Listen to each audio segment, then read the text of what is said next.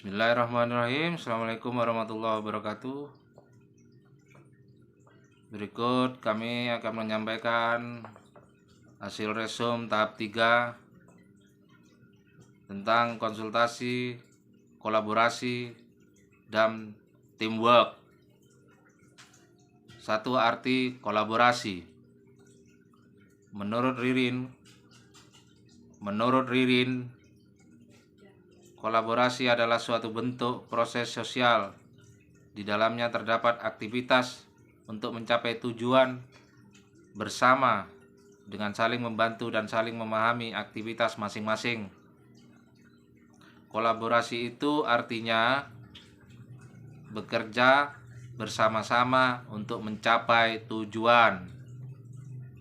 Kolaborasi juga memiliki karakteristik sendiri, termasuk proses sosial, mitra, aktivitas, tujuan, tanggung jawab, dan kebersamaan. Pada hakikatnya kolaborasi adalah menjalin kemitraan dalam memberikan informasi tentang perkembangan, keterampilan, motivasi, rentang perhatiannya, penerimaan sosial, keterampilan sosial, penyesuaian emosional anak. Keberhasilan kolaborasi ditandai dengan 4A, yaitu approach, attitude, atmosphere, action. Approach terkait dengan kemitraan guru atau dengan orang tua dalam berbagai keahlian dalam kendali dalam rangka memberikan pendidikan yang optimal bagi anak-anak. Masing-masing memberikan kontribusi kekuatan yang berbeda, saling menghormati, komitmen jangka panjang untuk berbagai kegiatan, dan berbagai perencanaan dan tanggung jawab. Pengambilan keputusan adalah komponen penting untuk kemitraan sejati antara orang tua dan guru. Sedang attitude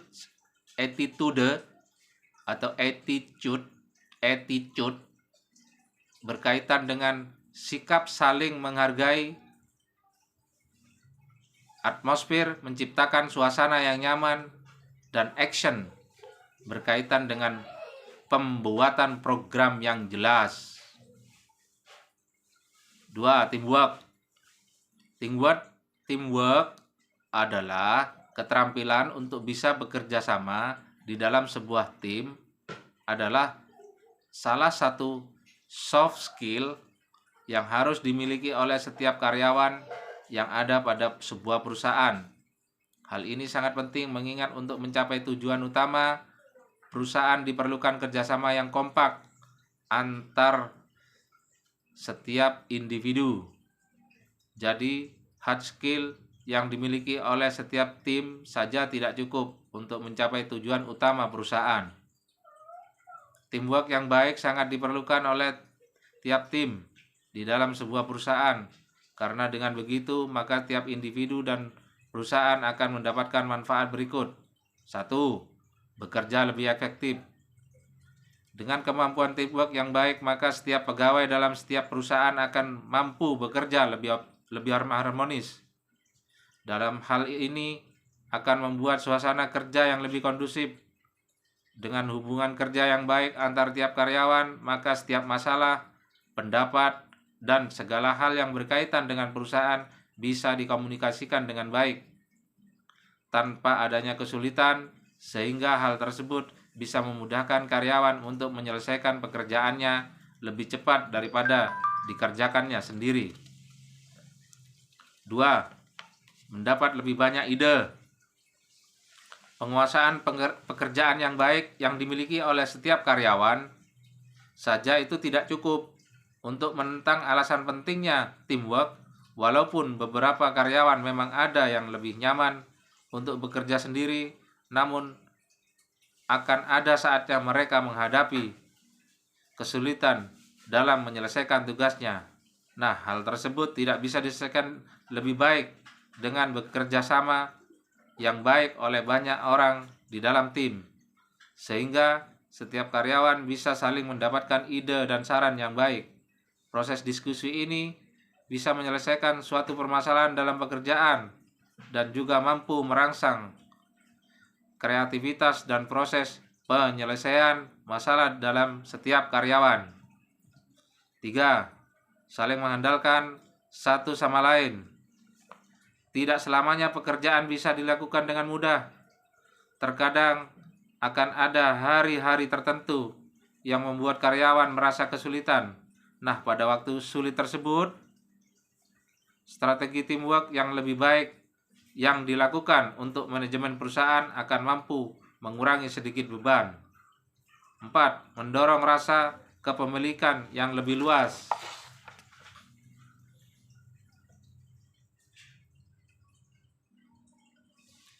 Suatu proyek yang dikerjakan oleh tim akan membuat karyawan merasa bangga terhadap kontribusi yang sudah mereka lakukan. Setiap anggota tim akan merasa sangat puas karena telah mampu mengatasi hambatan dan juga menciptakan kerjasama yang baik. Selain itu, karyawan juga akan memiliki koneksi yang lebih kuat dengan perusahaan karena sudah menuju pencapaian tujuan perusahaan bersama-sama. Hal tersebut nantinya akan meningkatkan loyalitas dan mengarah pada kepuasan kerja yang lebih baik antar tiap karyawan. 5. Memotivasi pengambilan risiko yang lebih sehat. Kebersamaan adalah kekuatan utama dalam konsep teamwork. Semua karyawan yang hanya mengerjakan suatu proyek secara individu kemungkinan besar tidak akan mau memaksakan dirinya untuk bisa memberikan ide yang luar biasa. Apabila proyek yang dikerjakan tersebut secara sendirian gagal, maka karyawan tersebut akan menanggung tanggung jawab seorang diri. Nah, dengan teamwork yang baik, maka tanggung jawab akan atas setiap tugas yang gagal bisa didistribusikan dengan baik.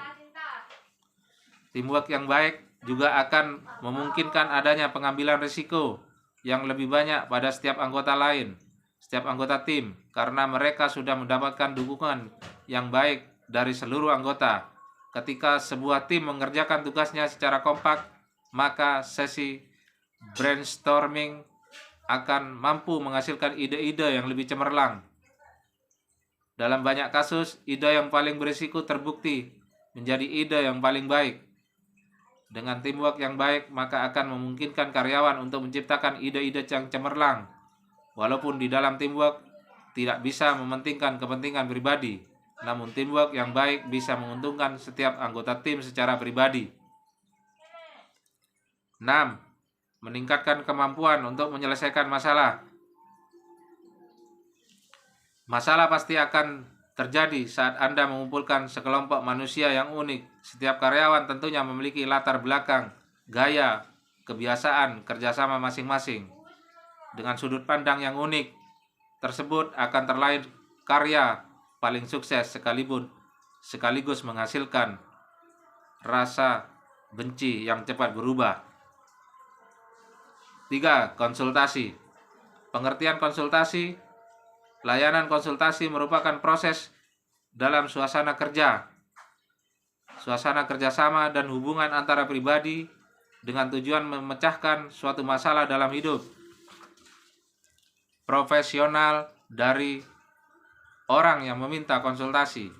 Ada 3 unsur di dalam konsultasi, yaitu klien, orang yang meminta konsultasi, dan konsultan. Konsultan diartikan sebagai orang atau ahli yang bertugas memberikan petunjuk atau nasihat dalam suatu kegiatan. Kata berkonsultasi diartikan sebagai bertukar pikiran atau meminta pertimbangan untuk memutuskan suatu dan meminta nasihat. Konsultasi merupakan kegiatan berbagi pemahaman dan kepedulian antara konselor atau guru bimbingan dan konseling dengan guru mata pelajaran, orang tua, pimpinan, satuan pendidikan, atau pihak lain yang relevan dalam upaya membangun kerjasama, membangun kesamaan persepsi, dan memperoleh dukungan yang diharapkan dalam memperlancar pelaksanaan program layanan bimbingan dan konseling. Konsultasi yaitu layanan yang membantu siswa atau pihak lain dalam memperoleh wawasan, pemahaman, serta cara-cara yang perlu dilaksanakan dalam memahami kondisi atau masalah peserta didik, konsultasi dalam rangka program bimbingan, memberikan asistensi profesional kepada guru, orang tua, konselor, dan lainnya dengan tujuan mengidentifikasi dan mengatasi permasalahan yang menimbulkan hambatan-hambatan dalam komunikasi. Tujuan konsultasi secara umum,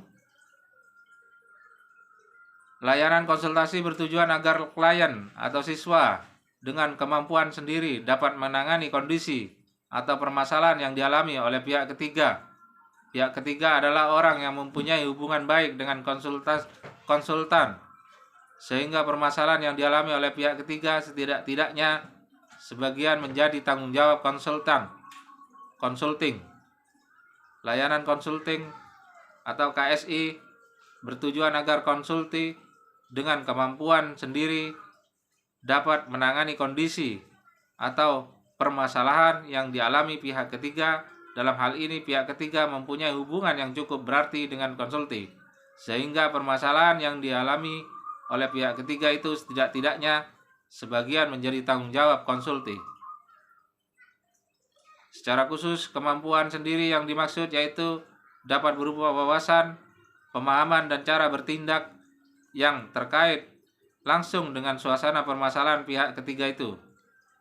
Dengan kemampuan sendiri itu, konsulti akan melakukan suatu terhadap pihak ketiga. Dalam kaitan ini, proses konsulti yang dilakukan konselor di sisi yang pertama dan proses pemberian bantuan dan tindakan konsulti terhadap pihak ketiga pada sisi yang kedua bermaksud mengentaskan masalah yang dialami pihak ketiga. Kemampuan konsulti melalui layanan konsulti dimaksud di atas dapat berupa wawasan, pemahaman, dan cara bertindak yang terkait langsung dengan suasana atau permasalahan pihak ketiga. Dengan kemampuan yang dimilikannya itu, konsulti akan melakukan sesuatu sebagai bentuk langsung dari hasil konsulti terhadap pihak ketiga. Dalam kaitan ini, proses konsulti yang dilakukan konselor di sisi yang pertama adalah pemberian bantuan kepada konsulti agar dapat melakukan tindakan tertentu terhadap pihak ketiga, dan pada sisi yang kedua bermaksud mengentaskan masalah yang dialami pihak ketiga. Secara khusus, tujuan layanan konsultasi adalah agar konsulti memiliki kemampuan diri yang berupa wawasan, pemahaman, dan cara-cara bertindak yang terkait langsung dengan suasana atau permasalahan pihak ketiga. Dengan kemampuan diri yang dimiliki konsulti, ia akan melakukan sesuatu atau menerapkan hasil konsultan terhadap pihak ketiga. Yang dilakukan oleh konsulti terhadap konselor, proses pemberian bantuan konsulti terhadap pihak ketiga bertujuan untuk mengentaskan masalah pihak ketiga. 2. Komponen layanan konsultasi. Proses layanan konsultasi melibatkan 3%, yaitu konselor, konsulti, atau pihak ketiga. A. Konselor. Konselor adalah tenaga ahli konseling yang memiliki kewenangan melakukan pelayanan konseling pada bidang tugas pekerjaan profesional. Sesuai dengan keahliannya, konselor melakukan berbagai jenis layanan konseling. Salah satu diantaranya yaitu layanan KSI. Dalam melaksanakan layanan konsultasi, konselor mempraktikkan teknik-teknik konsultasi yang secara simultan.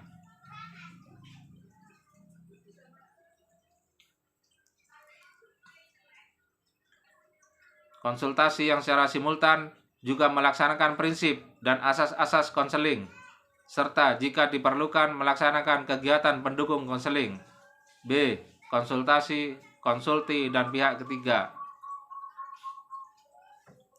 1. Konsulti adalah individu yang meminta bantuan kepada konselor agar dirinya mampu menangani kondisi atau permasalahan pihak ketiga yang setidak-tidaknya sebagian menjadi tanggung jawabnya. Bantuan itu diminta untuk konselor karena konsulti belum mampu menangani sendiri situasi atau permasalahan pihak ketiga itu.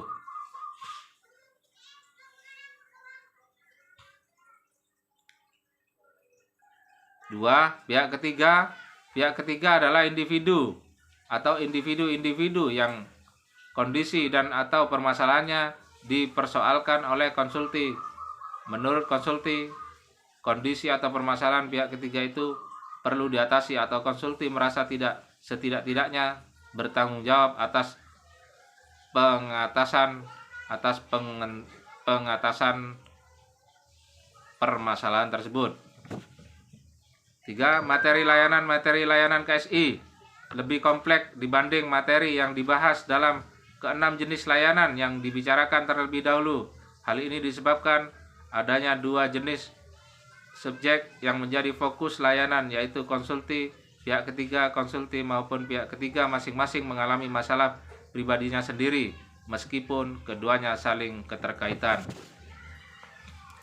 Demikian hasil resume